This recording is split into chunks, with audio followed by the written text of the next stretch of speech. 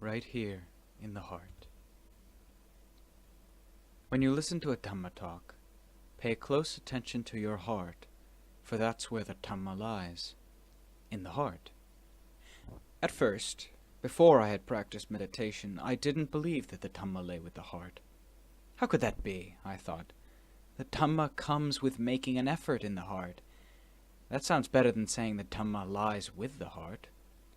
The Dhamma lies with the heart. The Buddha, Dhamma, and Sangha lie in the heart.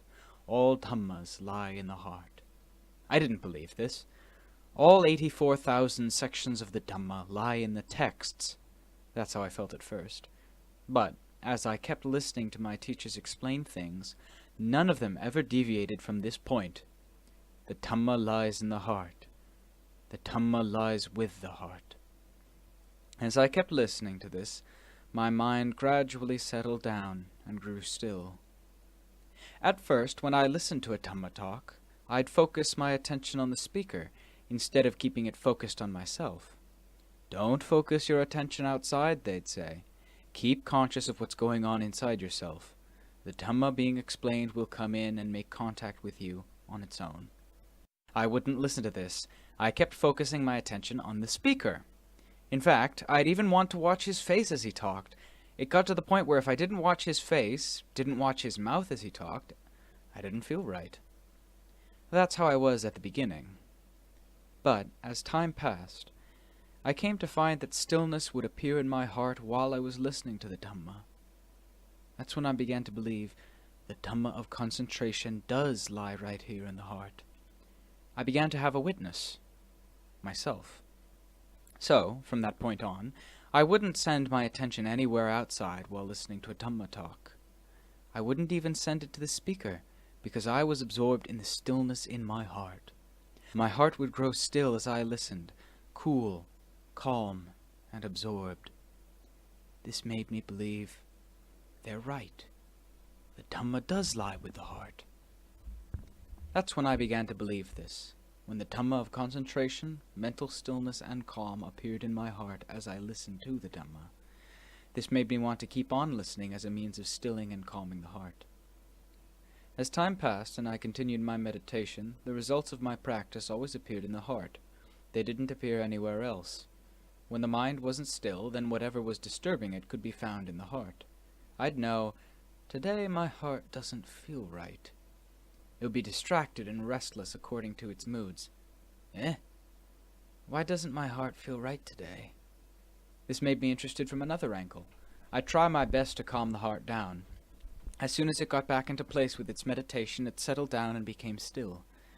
This made the point very clear. Dhamma does lie in the heart. The world lies in the heart. The Dhamma lies in the heart. For this reason, when you listen to a Dhamma talk, you should keep your attention focused right inside yourself. There's no need to send it outside, to have anything to do with the person speaking, for instance. When you keep your awareness focused inside yourself this way, the Dhamma being explained will come in and make contact with your awareness. The heart is what is aware. When the current of sound dealing with the Dhamma comes in and makes continual contact with the heart won't have a chance to slip outside because the Dhamma is something calming and absorbing. This moment, that moment, it keeps you absorbed from moment to moment with the current of sound coming from the speaker. Step after step, it keeps making contact. The heart gradually becomes more and more quiet, more and more still. This way you already start seeing the rewards that come from listening. This is why, if you want to listen to the Dhamma in the right way for getting clear results, you have to keep your attention focused firmly inside yourself. There's no need to send it outside, and no need to engage in a lot of thinking while you're listening. Simply let the mind follow along with the current of Dhamma being explained, and the Dhamma will seep into your heart. When the mind doesn't get itself worked up with thoughts about various things, it becomes still. That's all there is to it. But to grow still, it needs something to counteract its thoughts. It won't settle down on its own simply because you want it to. You have to use one Dhamma theme, or another, or the sound of Dhamma while a Dhamma talk is going on. Only then can it grow still. Where is the greatest turmoil in the world? There's no greater turmoil than the one in the heart. If we talk about things murky and turbid, there's nothing more murky and turbid than the heart. Nothing at all can compare with the heart in being troubled and pained. Even the heat of fire isn't nearly as hot as a heart aflame with mental defilements. Defilements do nothing but make us suffer, step after step. This is why we're taught to see their harm. We must be intent on keeping mindfulness established and investigate things from various angles. When mindfulness and awareness keep in touch with each other, then our practice of concentration and our investigation of things from the various angles of wisdom keep getting results, step by step. For example, the Buddha teaches us, birth is suffering, death is suffering. These are noble truths. Birth is suffering, but we're pleased by birth. When a child is born, we're happy. When a grandchild is born, when our friends and relatives have children, we're happy. We don't think of the pain and suffering the child goes through, surviving almost certain death in that narrow passage before being born. If we don't look at both the beginning point, birth, and the end point, death, so as to see them clearly, both these points will cause us unending joy and sorrow. Actually, the child has to survive almost certain death before it can become a human being. If it doesn't survive, it dies right then, either in the womb or at the moment of birth, because it's pained to the point of death. That's how we human beings die. Once we're born, then no matter what our age, we have to be pained to the point of death before we can die. That's when I began to believe this. Pain is something we've experienced from the moment of birth, but we don't see it as a noble truth. Actually, it's something we should see as harmful, dangerous, and threatening, so that we can find a way to transcend it through our own efforts, and especially through the efforts of our mindfulness and wisdom. When we enjoy the beginning but dislike the end, when we like birth but dislike death, we're contradicting the truth all the time. And where can we get any happiness with these contradictions in the heart? They have to make us suffer. There are no two ways about it. In order to put the beginning and end in line with each other, we must contemplate the entire course of events, to see that birth is suffering, aging is suffering, death is suffering. For these three are all bound up with pain and suffering. They're the path leading to suffering and discontent, not the path leading to nibbana. So we cannot progress along the right path until we have thoroughly understood them through skillful investigation. The Buddha teaches, there is no suffering for those without birth. When there's no birth, where will there be any suffering? When there are no seeds for birth, there are simply no seeds for suffering, so suffering does not exist in the heart. This is why enlightened ones have no feelings of discontent or pain in their hearts. They have no moods in their hearts at all. No happy, sad, or indifferent moods exist in the heart of an arahant. Arahants have all three kinds of feelings in their bodies. They feel physical pain just like we do, but their hearts have no moods. Physical feelings have no effect on their hearts. Their hearts aren't swayed by such influences the way ordinary hearts are. They know pleasure, pain, and neutral feeling in their bodies, but there are no corresponding moods in their hearts, because they have gone beyond all moods. Their hearts are pure, unadulterated Dhamma, which no defilement can infiltrate. Feelings of pleasure and pain are all impermanent, unsatisfactory, and not self, so they can't possibly get involved with the nature of a pure heart. If you want your heart to prosper and grow toward purity, strive to develop inner goodness. Don't let the qualities of generosity and moral virtue lapse. They are good qualities for nourishing your heart and connecting it up with good states of rebirth. If you have a good foundation of inner worth as your sustenance, then no matter where you're reborn, that goodness will stick close to you so that you can look forward to a good destination. As long as we have yet to gain release from suffering, we are taught to exert ourselves fully without being lazy or complacent. Polish the heart every day. When the heart is polished every day, it's bound to shine. And when the heart is shining, you're bound to see your reflection. Just as when water is clear, you can see clearly whatever plants or animals there are in the water. Once the heart is still, you'll be able to see whatever poisons or dangers it contains much more easily than when it's murky and turbulent with defiling preoccupations. That's why we're taught to purify the heart. In the teachings gathered in the Patimokkha exhortation, we're taught, never do any evil. Develop skillfulness fully. Cleanse the heart until it is pure. These are the Buddha's teachings. That is what all the Buddhas teach, without exception. Whatever is evil or debasing, they teach us not to do, telling us instead to do only things that are skillful through the power of our own wisdom. Developing skillfulness fully means developing wisdom fully. Cleansing the heart until it is pure is hard to do, but it lies within our capacity as human beings to do it. The Buddha went through hardships. His disciples went through hardships. All those who have reached purity have had to go through hardships, but these were hardships for the sake of gaining purity and release, which is what makes them worth going through. When the heart is overcome with dirt and defilement, it does not seem to have any value at all. Even we can see the fault in ourselves. We may decide that we'd rather put an end to it all. We're so disgusted and fed up with life that we're ashamed to show our face to the world, and all of this happens when the heart is very murky and dark, to the point where it becomes a smoldering fire. Life doesn't seem worth living when the heart is overwhelmed by things that are so hopelessly dark. The heart seems worthless, which is why we think it would be better to die. But where will we get anything better after we die? Even in the present, nothing is good. The world has had people dying a long time now. If things got better with death, why isn't the world any better than it is? There's no good in us, that's why we want to die. Once the heart is good, however, it has no problem with life or death because it's filled with goodness. A heart overcome by worthless things seems thoroughly worthless. But when we wash these things away, step by step, the heart gradually starts showing some of its inner radiance. It starts growing peaceful and calm. The entire heart becomes radiant, happy, relaxed. Whatever we do, sitting, standing, walking, lying down, or whatever work we do, we're happy with the pleasure that has appeared in the heart. When the heart is peaceful and calm, then wherever we are, we're content. The important point lies with the heart. If the heart lacks goodness, then nothing is good, no matter where we are. We keep fooling ourselves. Over here might be good, over there might be good. This lifetime is no good, the next lifetime will be better. Living is no good, dying would be better. We keep fooling ourselves. The troubled part of the mind, that's what fools us. The part that's stirred up by various issues, that's what fools us. This will be good, that will be good, but it's not good at all. No matter where we go, we end up the same as where we started, because the essential part is no good. We must straighten that out and make it good through our own efforts. Begin by practicing concentration so that the heart can be still. You must constrain the heart when you are practicing for concentration.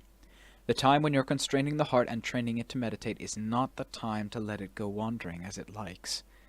We call this making an effort, being persistent, making a persistent effort to straighten out the heart and uproot its enemies until the heart can grow still. The heart grows still because our efforts force it to, not because we let it go wandering as it likes. This is when we see the rewards of our efforts, because the heart has been brought to stillness and remains there through those efforts. When the goodness of the heart increases as the result of our effort, the value of effort becomes more and more apparent. When the time comes to investigate in terms of wisdom, focus on seeing things clearly. Contemplate everything in the world so as to see it in line with the truth. The world may be infinitely wide, but when the heart is obscured by defilements, you're caught in a very narrow and confining state of mind. When the heart feels confined, it weighs heavily on itself, so you experience no comfort at all. You must open it up right where it's confining and give it space to blossom and be bright. It will then feel free, calm, and at ease. This is the point in meditation where you can investigate pain, because the mind now has the strength to probe into it. It's ready and willing to investigate because pain is a whetstone for sharpening wisdom. Concentration and wisdom are what we use to eliminate mental defilements. Wisdom is what uproots them, but concentration is what first catches them and ties them down. Concentration stills the heart and gathers it into one place so that it doesn't get scattered around to the point where you can't catch hold of it. Once the heart is gathered into one, wisdom opens it up and unravels it to see clearly where its concerns and attachments lie.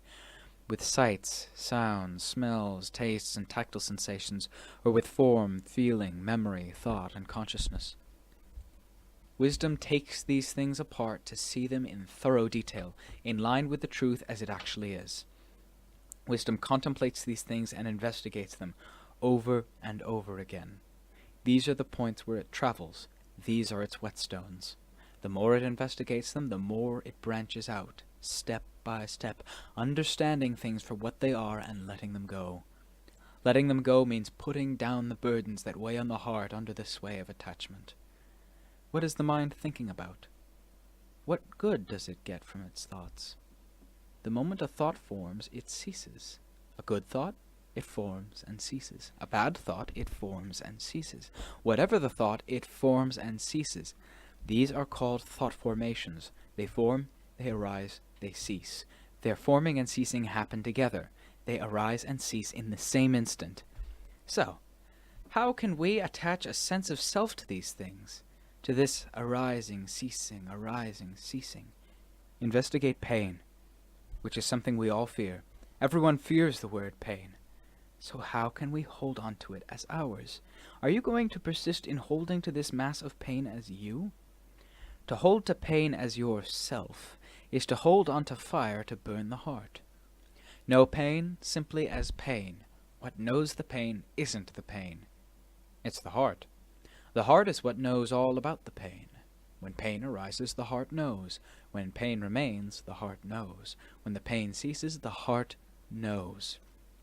It knows through its wisdom. Wisdom sees clearly and distinctly that pain is pain, and what knows is what knows. The two are separate realities. The function of memory recognizes and gives meaning to things we experience through the senses. When sense objects arise, the mind establishes a meaning for them that then ceases in the same instant. Can this be our self? We recognize the meaning, and then it ceases, arises and ceases like everything else. Can this sort of thing be our self? Can this sort of thing be ours?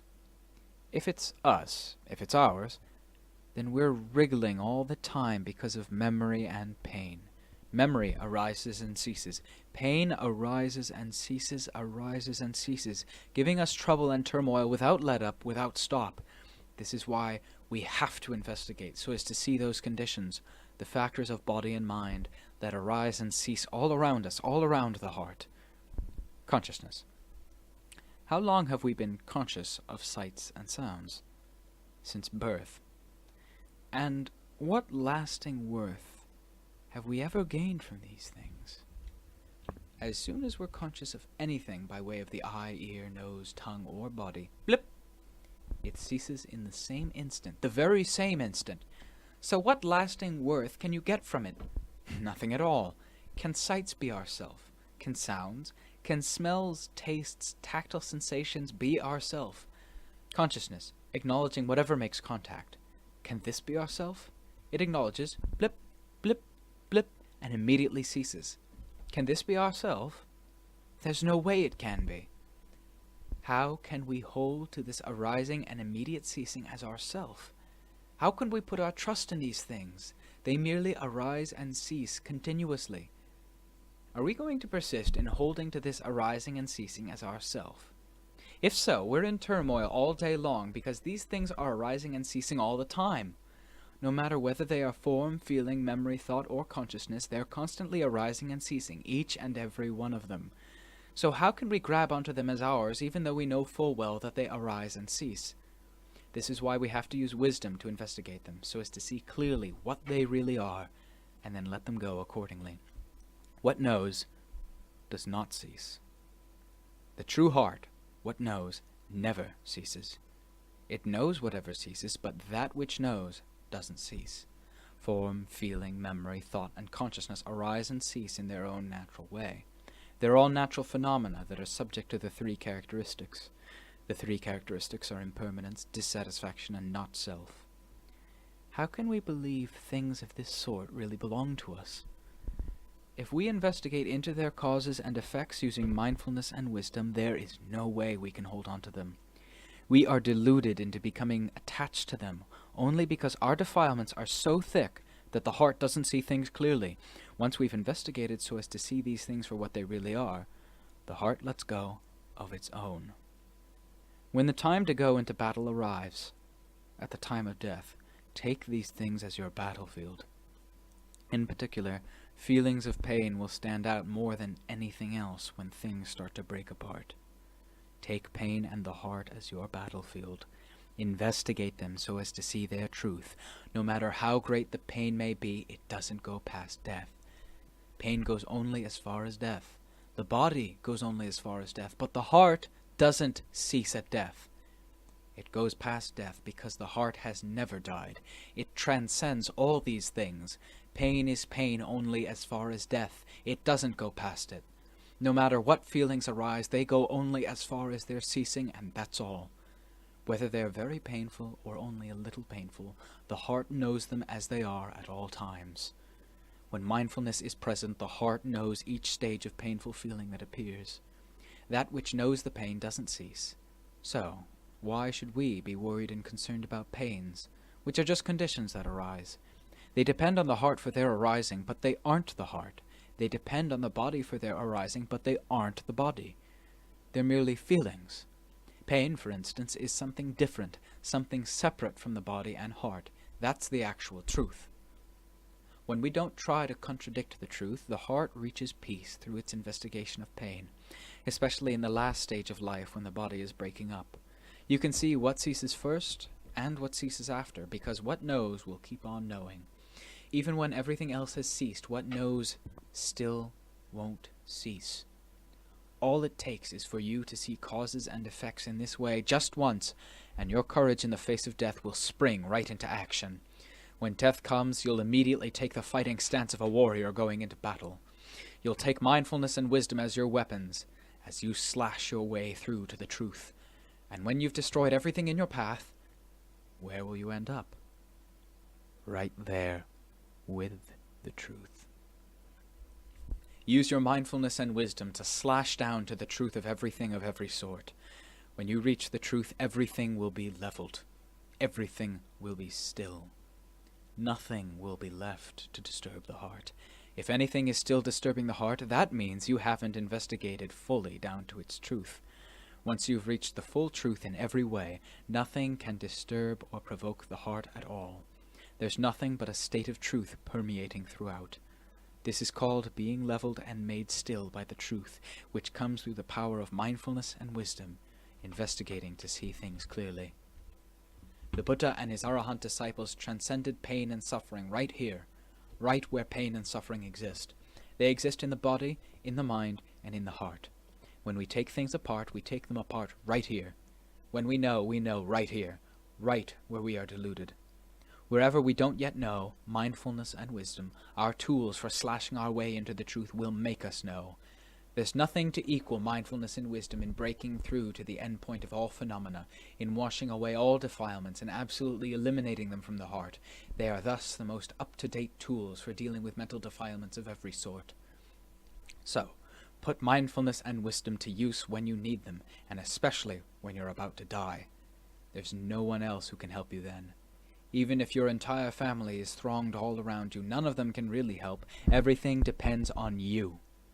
As the Buddha says, the self is its own mainstay. Realize this in full measure. What can you do to be your own mainstay and not your own adversary? If you bring up only weakness, confusion, and lack of wisdom, you'll be your own worst enemy. If you use mindfulness, wisdom, conviction, persistence, and courage in line with the principles taught by the Buddha, investigating down to the causes and effects and the facts of all the conditions of nature, that's when you're truly your own mainstay. So find yourself a mainstay. Where can you find it? I go to the Buddha for refuge. This reverberates throughout the heart and nowhere else. I go to the Dhamma for refuge, reverberates throughout the heart. I go to the Sangha for refuge, reverberates through one and the same heart. The heart is their vessel. The Buddha, Dhamma, and Sangha are all gathered into this one heart, because the heart is the most appropriate vessel for all Dhammas. Get so that you see this, and especially so that you see that the whole heart is Dhamma in full. So cleanse your heart. If you can make it gain release at that point, so much the better. You won't have to ask the whereabouts of the Buddha, Dhamma, and Sangha, for you'll have no more doubts.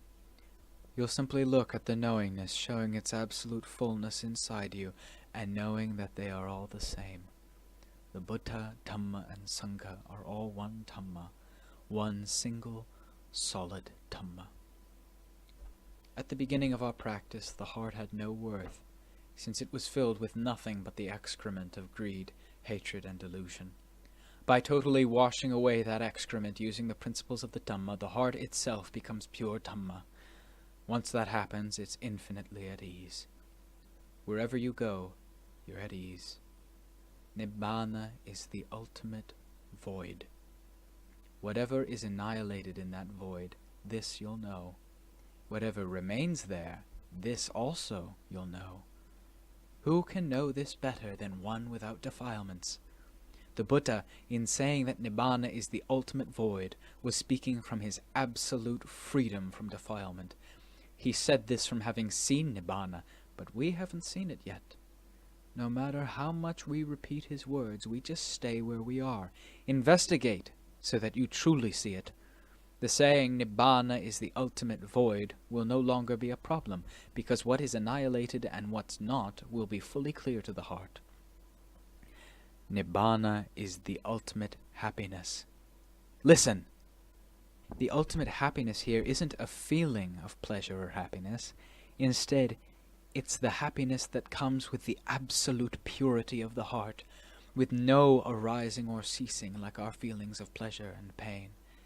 This has nothing to do with the three characteristics of existence.